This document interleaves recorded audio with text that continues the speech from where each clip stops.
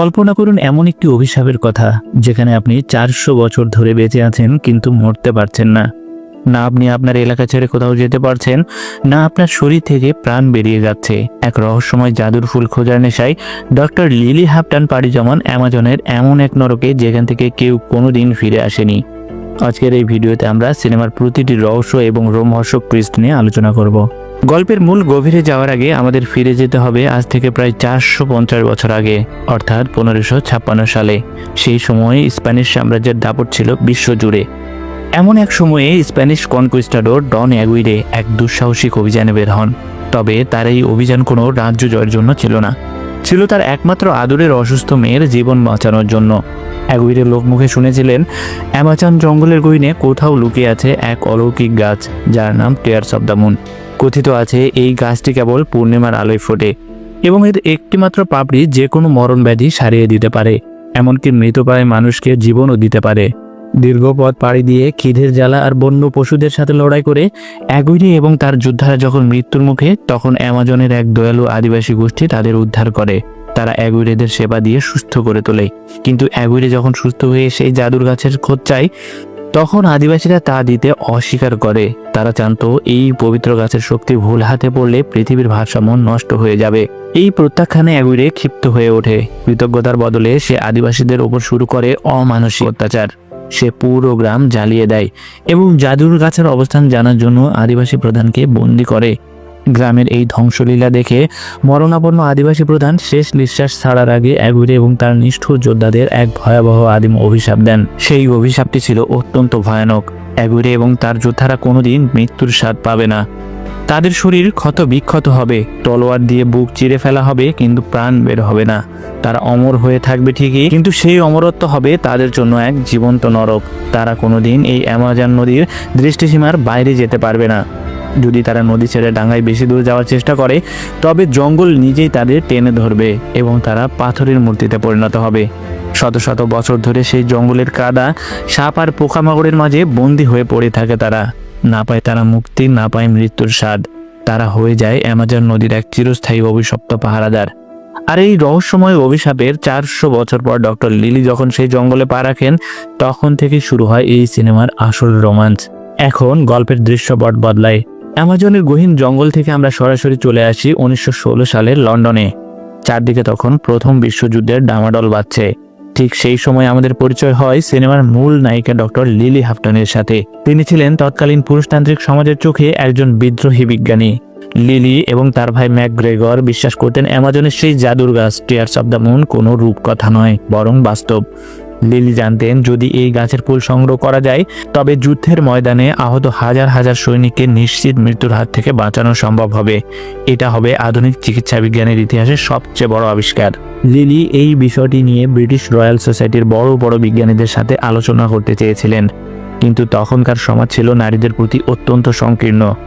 সোসাইটির বিজ্ঞানীরা তাকে নারী হওয়ার কারণে তুচ্ছ তাচ্ছিল্য করেন এবং তার কোনো কথাই শুনতে রাজি ছিলেন না। তারা মনে করতেন লিলি স্রেফ পাগল। এমনকি তারা সেই প্রাচীন অ্যারোহেড বা জাদুর তীর চিহ্নটি দিতেও অস্বীকার করে, যেটি ছিল এই রহস্যময় গাছে পৌঁছানোর একমাত্র চাবিকাঠি। কিন্তু লিলি দমে যাওয়ার পাত্রী নন। সোসাইটির বিজ্ঞানীরা যখন তার ভাই ম্যাকগ্রেগরকে নিয়ে ব্যঙ্গ বিদ্রুপে ব্যস্ত ছিলেন, তখন লিলি অত্যন্ত সাহসিকতার সাথে রয়্যাল সোসাইটির আর্কাইভে ঢুকে পড়েন। এক শ্বাসরুদ্ধকর পরিস্থিতিতে নিরাপত্তারক্ষীদের চোখ ফাঁকি দিয়ে তিনি সেই প্রাচীন তামাটে রঙের অ্যারোহেডটি চুরি করে নেন। সেখানে তার সাথে লড়তে হয় জার্মান প্রিন্স জোয়াকিমের গুপ্তচরদের সাথেও, কারণ জার্মানরাও এই অজেয় শক্তির সন্ধান করছিল। জীবন বাজি রেখে লিলি সেই চিহ্নটি নিয়ে পালাতে সক্ষম হন। তিনি বুঝতে পারেন ঘরে বসে অনুমতি চাওয়ার আর সময় নেই। নিজের যোগ্যতা প্রমাণ করতে এবং পৃথিবীকে এক মহা ঔষধ উপহার দিতে তিনি লন্ডনের নিরাপদ জীবন ছেড়ে সেই ভীতু ম্যাকগ্রেগরকে নিয়ে বেরিয়ে পড়েন এক অনিশ্চিত গন্তব্যের দিকে, যার শেষ সীমানা হলো অ্যামাজনের গহীন এবং ভয়ঙ্কর জঙ্গল। লন্ডন থেকে হাজার হাজার মাইল দূরে অ্যামাজনের উত্তপ্ত শহর পোর্টো ভেল হতে পা রাখলেন লিলি এবং ম্যাকগ্রেগর। সেখানকার ধুলিবালি আর বন্য পরিবেশের মাঝে তারা খুঁজছিলেন এমন একজনকে যে তাদের জঙ্গলের গহীনে নিয়ে যেতে পারবে। আর ঠিক তখনই এন্ট্রি হয় আমাদের গল্পের হিরো ক্যাপ্টেন ফ্রাঙ্ক উলফের। ফ্রাঙ্ককে দেখে লিলি শুরুতেই বুঝতে পারেননি যে সে কতটা ধুরন্ধর। ফ্রাঙ্ক মূলত পর্যটকদের তার ভাঙাচোরা নৌকা লা কুইলাতে করে জঙ্গল ঘুরিয়ে দেখাতো। তবে তার ঘুরিয়ে দেখার স্টাইল ছিল বেশ অদ্ভুত। সে নিজেই বন্য পেশির মেকি আক্রমণ সাজাতো আর তার পোষা চিতাবাঘ প্রক্সিমাকে ব্যবহার করে পর্যটকদের ভয় দেখিয়ে টিপস আদায় করত। ফ্রাঙ্ক যখন জানতে পারে লিলি অনেক টাকা নিয়ে এসেছেন, তখন সে নিজেকে বড় ক্যাপ্টেন হিসেবে জাহির করে লিলিকে বোকা বানিয়ে সেই অ্যারোহেডটি হাতিয়ে নেওয়ার খুন্দে আটে। কিন্তু লিলি সাধারণ কোনো নারী ছিলেন না। ফ্র্যাঙ্কের ছোটখাটো চালাকি ধরে ফেলেন এবং ফ্রাঙ্ককে তার আসল চেহারা দেখাতে বাধ্য করেন। তাদের এই বাকবিতণ্ডা আর মজার ঝগড়ার মাঝে হঠাৎ করে পরিস্থিতি পাল্টে যায়। অ্যামাজন নদীর শান্ত জল চিরে ভেসে ওঠে এক বিশাল লোহার দানব, একটি জার্মান সাবমেরিন। সেখানে আগমন ঘটে গল্পের মূল ভিলেন প্রিন্স জোয়াকিমের। জোয়াকিম কোনোভাবেই চায় না লিলি সেই জাদুর গাছটি খুঁজে পাক। সে সাবমেরিন থেকে মেশিন গান এবং টর্পেডো দিয়ে পুরো পোর্ট আক্রমণ করে বসে। চারদিকে হাহাকার আর ধ্বংসের মাঝে লিলি এবং তার ভাই বিপদে পড়ে যান। ঠিক সেই মুহূর্তে ফ্রাঙ্ক তার আসল বীরত্ব দেখায়। যে নৌকাটিকে দেখে মনে হচ্ছিল এখনই ডুবে যাবে, সেই লা কুইলা নিয়ে ফ্রাঙ্ক এক অবিশ্বাস্য রণকৌশল শুরু করেন। আগুনের গোলা আর সাবমেরিনের টর্পেডো ফাঁকি দিয়ে ফ্রাঙ্ক অত্যন্ত দক্ষ হাতে তার নৌকাটি বের করে নিয়ে আসেন। লিলি অবাক হয়ে দেখেন যে লোকটিকে তিনি স্রেফ একজন জোকার মনে করেছিলেন, সে আসলে অ্যামাজন নদীর রন্ধ্রে রন্ধ্রে চেনে। এক শ্বাসরুদ্ধ হওয়ার তাড়াকে তারা শেষ পর্যন্ত পোর্ট ছেড়ে অ্যামাজনের গহীন অন্ধকার অরণ্যের দিকে যাত্রা শুরু করেন। যে যাত্রা কেবল অ্যাডভেঞ্চার নয়, বরং এক অজানা মৃত্যুর দিকও হতে পারত। শুরু হয় অ্যামাজনের সেই আদিম আর রহস্যময় যাত্রা। নদী যত শুরু হচ্ছে, চারপাশের জঙ্গল ততই যেন গিলে খেতে আসছে তাদের। এই পথে পদে পদে মৃত্যু ওত পেতে আছে। বিষাক্ত সাপ, রাক্ষসে মাছ আর এমন সব গাছপালা যা মানুষের রক্ত শুষে নিতে পারে। কিন্তু এই প্রাকৃতিক বিপদগুলো ছিল সামান্য, কারণ তাদের জন্য অপেক্ষা করছিল এক মহাবিপদ। এদিকে ভিলেন প্রিন্স জোয়াকিম দমে যাওয়ার পাত্র নয়। সে বুঝতে পারে এই গহীন জঙ্গলে লিলিকে ধরা তার আধুনিক সাবমেরিন দিয়ে সম্ভব নয়। তাই সে হাত মেলায় অতি প্রাকৃত শক্তির সাথে। জোয়াকিম পৌঁছে যায় সেই অভিশপ্ত জায়গায় যেখানে 400 বছর ধরে পাথরের নিচে বন্দী হয়ে আছে ডন অ্যাগুইরে এবং তার যোদ্ধারা। জোয়াকিম কৌশলে নদীর জল ব্যবহার করে তাদের সেই কয়েকশো বছরের ঘুম ভাঙিয়ে দেয়। কিন্তু তারা যখন জেগে ওঠে, তখন তাদের চেহারা দেখে যে কারো রক্ত হিম হয়ে যাবে। 400 বছরের সেই অভিশপ্ত জীবনে তারা মানুষ ছিল না, তারা হয়ে উঠেছিল প্রকৃতির এক বিভৎস রূপ। ডন অ্যাগুইরে তার শরীর জুড়ে কিলবিল করছে শত শত বিষাক্ত সাপ। একজন যোদ্ধা যার শরীর পুরোটাই মৌমাছি দিয়ে তৈরি, সে যখন নড়াচড়া করে তখন হাজার হাজার মৌমাছি তার চারপাশ ঘিরে থাকে। এই নরকীয় যোদ্ধাদের একটাই উদ্দেশ্য, লিলির কাছ থেকে সেই রহস্যময় অ্যারোহেডটি ছিনিয়ে নেওয়া। তারা কোনো অস্ত্র বা গুলির আঘাতে মরে না, কারণ তারা তো আগে থেকেই মৃত। এক রাতে যখন লিলি এবং ফ্র্যাঙ্ক নৌকায় বিশ্রাম নিচ্ছিলেন, তখন বনের অন্ধকার চিরে হঠাৎ এই বিভৎস যোদ্ধারা আক্রমণ করে বসে। তারা বনের লতাপাতা আর কাদার নিচ থেকে ভূতের মতো উঠে আসতে শুরু করে। লিলি বুঝতে পারেন তারা শুধু এক পাগল রাজপুত্রের সাথে লড়ছেন না, তারা লড়ছেন প্রকৃতির এক আদিম অভিশাপের বিরুদ্ধে যা তাদের হাড় পর্যন্ত কাঁপিয়ে দিচ্ছে। লিলি এবং ফ্র্যাঙ্ক যখন গহীন জঙ্গলে আদিবাসীদের একটি লুকানো গ্রামে পৌঁছান, তখন সেখানে ওত পেতে থাকা সেই অভিশপ্ত স্প্যানিশ যোদ্ধারা হঠাৎ আক্রমণ করে বসে। লিলিকে রক্ষা করতে গিয়ে ফ্রাঙ্ক এক ভয়াবহ পরিস্থিতির মুখোমুখি হন। যুদ্ধের এক পর্যায়ে চোখের পলকে একটি প্রাচীন তলোয়ার ফ্র্যাঙ্কের বুকের এপার ওপার হয়ে যায়। লিলি আতঙ্কিত হয়ে চিৎকার করে ওঠেন। তার চোখের সামনে ফ্রাঙ্কের নিথর দেহ লুটিয়ে পড়ে।